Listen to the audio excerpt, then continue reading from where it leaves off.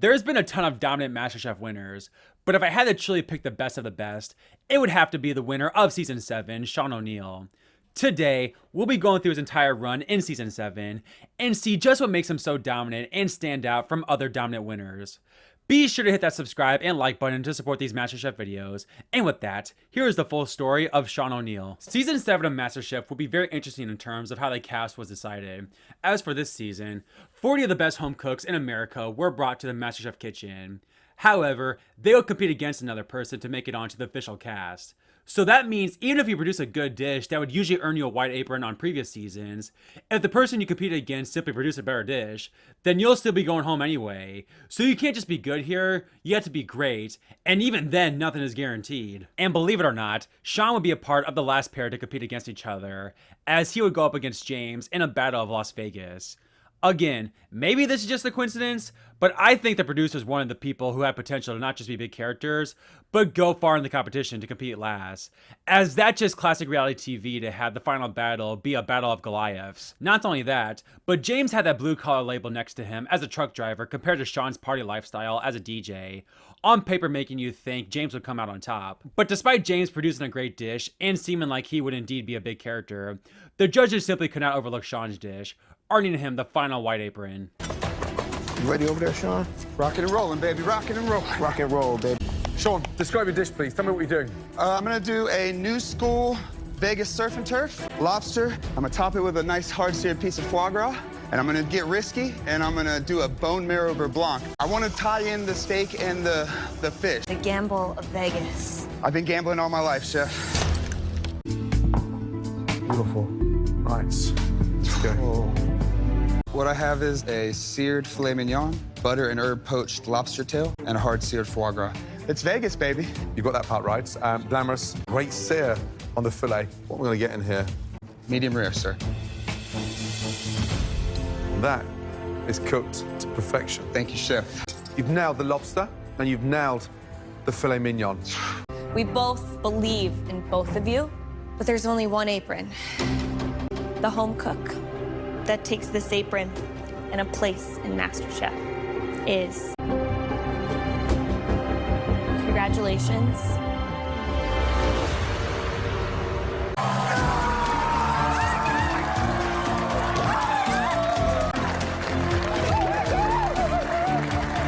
I am disappointed that I didn't get an apron, but, you know, Shaun's representing Las Vegas like myself, so I'm gonna be cheering him on at home. Having this MasterChef apron means the world to me, man. I can't imagine how my dad would feel right now.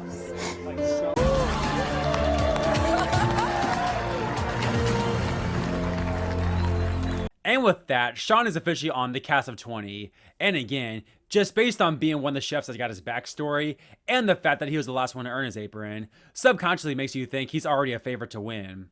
And then the official premiere would be an interesting one as well, as in a twist, the mystery box would be elimination as well, and it looked like Shaun was seriously struggling. However, not only would he not even be in the bottom 3, but perhaps even more interesting, his dish didn't win the mystery box.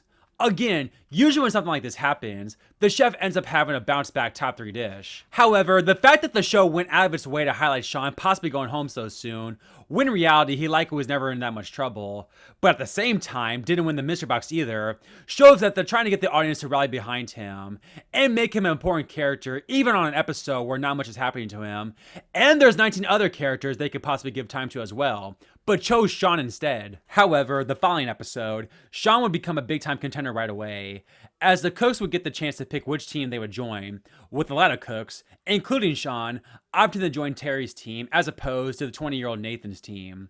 However, Terry would have to get rid of 3 members to even up the teams, with one of them being Shaun, feeling like he was too big of a personality to have on his team.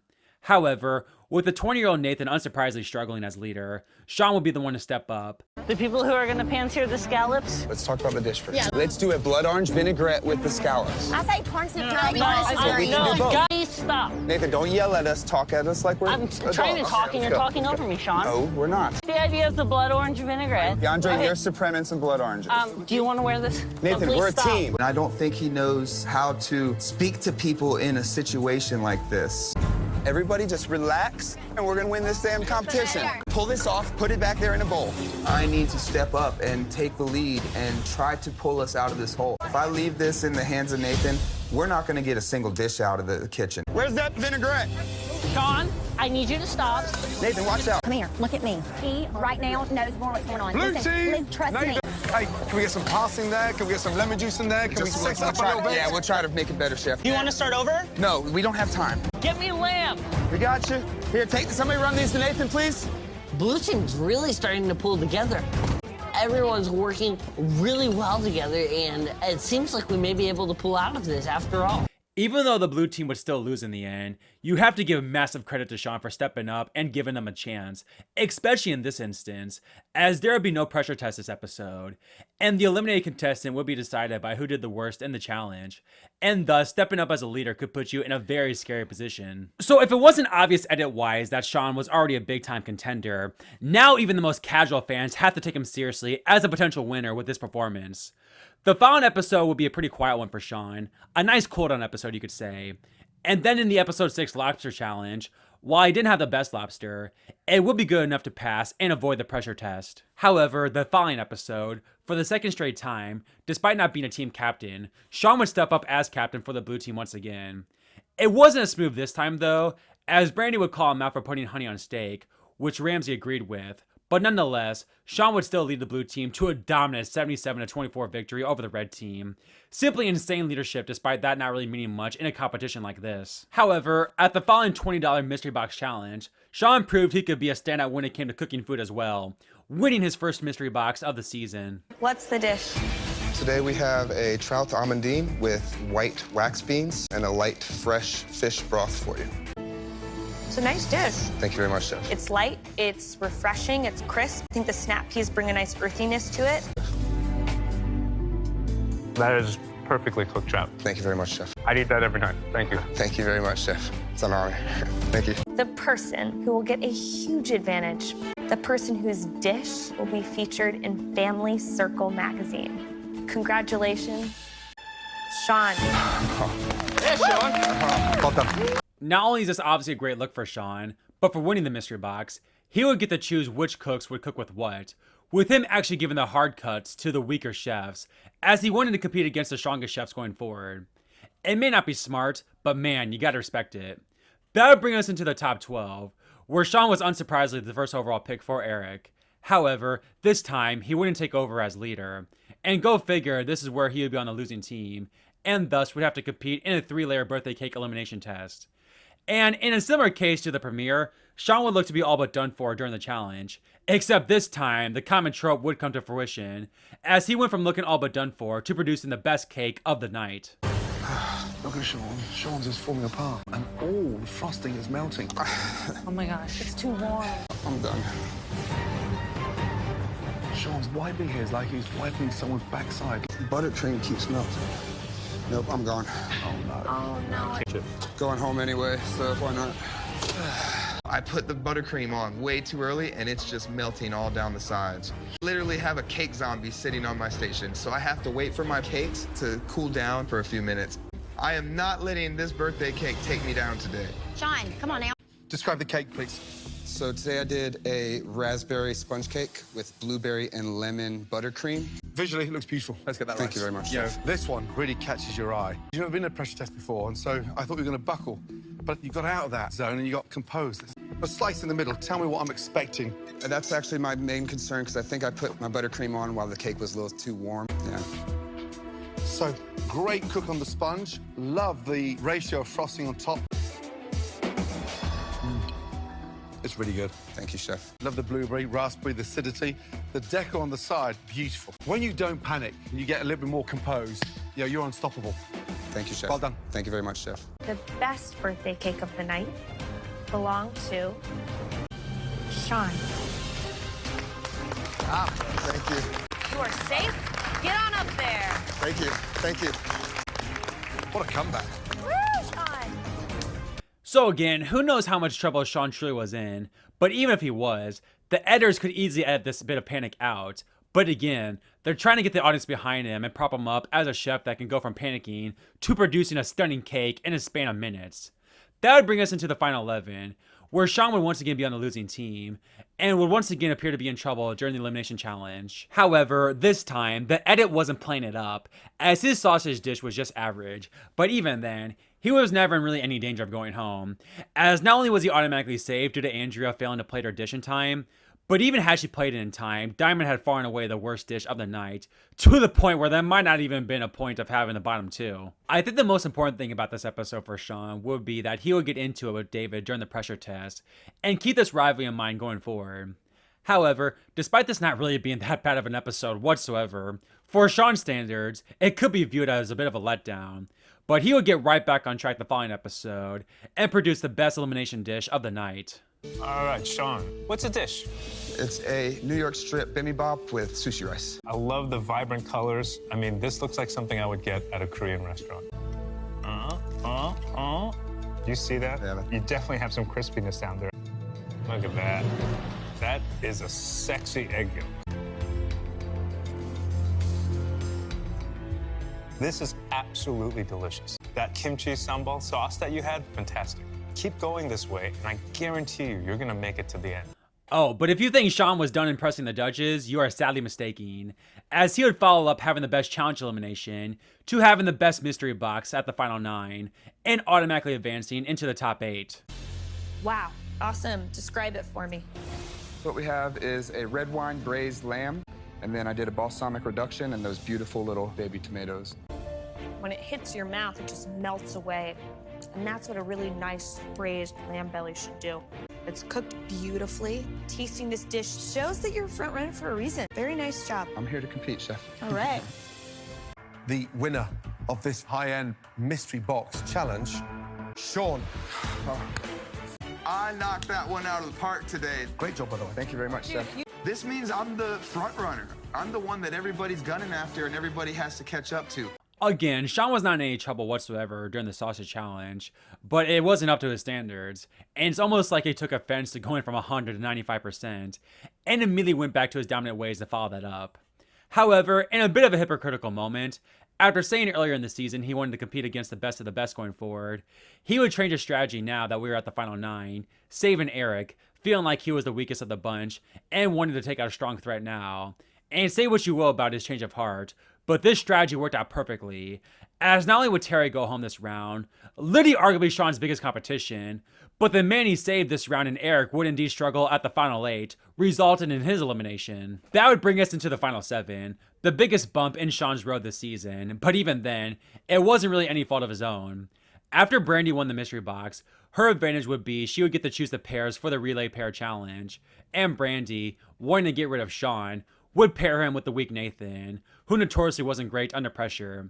And yeah, even the greatness of Shaun couldn't carry Nathan this time. Come on, Nathan, you gotta go faster. Fast and safe, Nathan. Is this enough? You're good. Just get him in the fryer. And pull out not one by one, Nathan. He has to start multitasking. I know. Otherwise, you're on Nathan, your own. let's go, brother. I need your help right now. You guys have 10 seconds. Oh my gosh. Nathan, relax. One. Let's go. Take a couple breaths, brother. I need you to breathe. Don't focus on me, focus on the freaking I eggs. know. You okay? No. Nathan. Get a drink. Get a drink. Take a drink. Take a drink. Take a drink. Shaun. These eggs are not working. Nathan, start figuring out what else we're short on, brother. What else do we need? Nathan, vocal, come on. Nathan. Where's the Scotch eggs, Shaun? They're scratched, Chef. We didn't have enough eggs. I screwed them up. You're not doing any Scotch eggs. Hey. Chill. It's okay. Are you guys ready to go home? Nathan, don't freeze up on me now, man. Nathan, I need you to... Oh! Oh my God, Nathan's just collapsed. Not only was the food difficult, but handling Nathan was extremely difficult. Now it's in the judges' hands. There's something missing. Scotch eggs, where are they? They did not get finished, Chef. Why not? And I had problems getting them out of the show. Seriously? Lobster roll. Oh, guys. It looks undercooked. It's raw. Who cooked the lobster? I started it, he finished it. Let's deal with the third elephant in the room. Who cooked the sliders? Nathan cooked them, Chef. I cooked them, Chef. What does the slider look like to you from there? It looks very raw, Chef. The burgers are still raw. I felt like I had to spend so much time calming him down. You can throw him under the bus all I'm you not wish. throwing him under the bus. You have to start taking responsibility. I dropped the ball. Can't eat the burger. And as for the lobster roll, well, that deserves to be back in the tank. Despite this tough performance, as bad as you might feel for saying this after what he went through, this was 99% on Nathan here, bless his heart, as I don't even think Gordon Ramsay could carry Nathan to victory in this spot. So yeah, despite the disappointment Shaun I'm sure felt, Nathan would obviously be the one to go home here, sending us into the final 6, the official home stretch now, as there are no more weak links. The final 6 would compete in their first true dinner service on the line, which of course is always cool to see these home cooks truly go from cooks to chefs. However, for the third straight time, Shaun's team would lose. However, this is all due to Dan and Katie, but unfortunately, that didn't matter, as Shaun was now in the firing line along with them for the pressure test. The 3 cooks would have to make 3 different dessert dishes involving chocolate, and this would prove to be a pretty tough challenge for all 3, as all 3 of the cooks' cheesecakes and eclairs, while not bad, weren't perfect, and thus in some ways, it would all come down to one lava cake for Shaun's survival. He knew the stakes were high as well, resulting in quite the emotional moment from this Las Vegas DJ. Shaun, how are you feeling? I feel amazed. I didn't think I could do it. Chocolate molten lava cake is beautiful. It's delicious. Oh, man, I've cried more here than I have in my entire life. Listen. Yes, it's emotional. Welcome to our world. Yeah. I pushed myself so hard on this one. That's what MasterChef is all about. Come on. Well done. Thank you, Chef. Again, while I honestly don't think Shaun was in that much of trouble of going home due to Katie's struggles, this was still cool and a clutch moment for him once again. And with that, now he had a 1 in 5 chance of winning MasterChef. And those odds quickly went from 1 in 5 to 1 in 4 the following episode, as with his mom watching him for support, he would win his 3rd mystery box of the season. So Shaun, what is this dish? An egg yolk and fresh ricotta ravioli, cream sauce, balsamic reduction, crispy sage leaf, and crispy Parmesan chip. What should it look like when I cut into that ravioli? Well, it's gonna ooze because of that egg yolk. I'm gonna cut into this ravioli, guarantee and it's it. gonna ooze this egg ricotta I mixture. guarantee it. Ooh, big moment. Beautiful. You're an honest man, huh? Yes, Chef. Let's see if the taste is as good as the texture. I love the texture of the yolk. I'm not a big fan of, the fried herbs, except when it comes to sage. An absolute lovely dish. Thank you very much, Chef. The person who made the best dish tonight, Shaun. Yes! Yes! My mom got to see what I am actually made of. Karen, you must be beaming with joy. I am. Well done. Not only would this result in automatic safety for Shaun, but in another advantage, after the other 4 cooks got to choose their ingredients for the pressure test, Shaun would then switch them up and get to choose who cooked with whose ingredients. This would absolutely piss off poker player David after he gave him Dan's ingredients, who, remember, had some beef with Shaun for a while, resulting in the biggest fight of the season. Shaun, what's your thinking? I want to win Vegas first. You don't make a lot of sense, brother. I'm just saying you don't make sense. It's a competition. You've been playing your strategies the whole time. You're an idiot. Personal attacks, David? You're gonna get mad like that? That's all right. I mean, this idiot doesn't even get protein, and then I get this, and he no, it's like, oh, smoked trout and some Asian stuff. just I think one of the reasons David is pissed off is because I beat him at his own game. He's a strategist, and I just beat him with strategy. It was kind of random how David, seemingly out of nowhere, didn't really seem to like Shaun, but it was all leading up to this moment, you could say, and frankly, leading up for Shaun to outdo the cocky poker player David in the end. That would have to wait for now, though, as David would produce a good dish in spite, and in the end, Dan would be the one to go home. That would bring us into the Final 4, the most important Final 4 in MasterChef history up until this point, as for the first time ever, the team that won this challenge would automatically advance into the finale, as this would be the first Final 3 in MasterChef history. Brandy would choose the strong Shaun, hoping they would be the dominant duo, and this would indeed be the case, as the two would impress the extremely harsh food critics to earn themselves a spot into the finale. To make this finale even more interesting, David would be the final cook to join the Final 3. So not only was Shaun going up against the extremely talented Brandy, who was a massive fan favorite and natural underdog due to her small town story, but he was also going up against his rival David, a little millionaire poker player. Talk about two polar opposites. And similar to how the season started, things were amped up even more this season, as you couldn't just bank on beating one person, you had to be two people, meaning you truly had to bring your A game in this finale more than any contestant ever has. But safe to say, Shaun was up to the task, ending off this legendary run with an epic finale performance to become the 7th US MasterChef winner. Please describe the dish. Tonight I'm serving you a miso halibut cheek, pickled mushrooms, and an uni fond. I like to work with ingredients that are not your everyday run-of-the-mill ingredients. I like to go a little off the wall. I really liked the dish. For me, I think the beauty is in the halibut cheek. Beautiful cut, it's sweet, it's delicate. Thank you. There is not much wrong with it because the ideas are great. Coffee ancho spice rubbed venison loin with a plum venison demi. What's smoked on here? I smoked the plums. I didn't want to overpower you with the smoke, so I just gave you the smoked plum. I mean, it's delicious. The texture is incredible. Venison's like butter. There's hidden treasures in every little bite. You've now reinvented how venison should be plated. I'm blown away. Thank you very much, Great Chef. job. This slice of tart is worth $250,000. That tart, look at it. It just hugs the contour in an even layer through. It's delicious. The ganache ratio is spot on. I'm dying to get a second, third, fourth bite. It's not too sweet. The winner of MasterChef is... Congratulations. Shaun!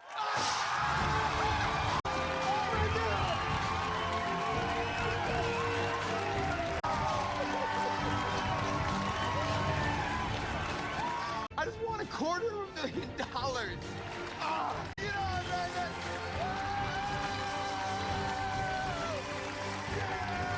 I feel like this is what I was put on this planet for. My father was pushing me on. He'd be so proud.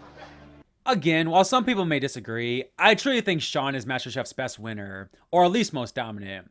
I mean, even just on stats alone, he won 3 mystery boxes and had 5 total best dishes throughout the season. He essentially led his team to 2 dominant victories early on, and what makes him really stand out to me is he essentially had no bad moments throughout the season. I mean, what? His worst dish came at the final 11, and even that was average at worst, and he wasn't in any danger of going home. And of course, the only time he ever was in the bottom 2 was due to Nathan. And again, I don't think anyone could have avoided being in the bottom 2 in that spot. Not only that, but the competition was absolutely insane this season, with pretty much the entire top 10 being serious contenders. And from the little beginning of the season to the end, Shaun had to be on his game at all times, and he was just that and more. And that's not what only won him the season, but made him the most dominant winner in MasterChef history. So there you have it, guys, the full story of Shaun O'Neale. Let me know if you indeed think Shaun is MasterChef's best winner in the comments below, and be sure to hit that subscribe and like button, and I'll get you more MasterChef content just like this. With all that said, take care everyone, and I'll see you next time.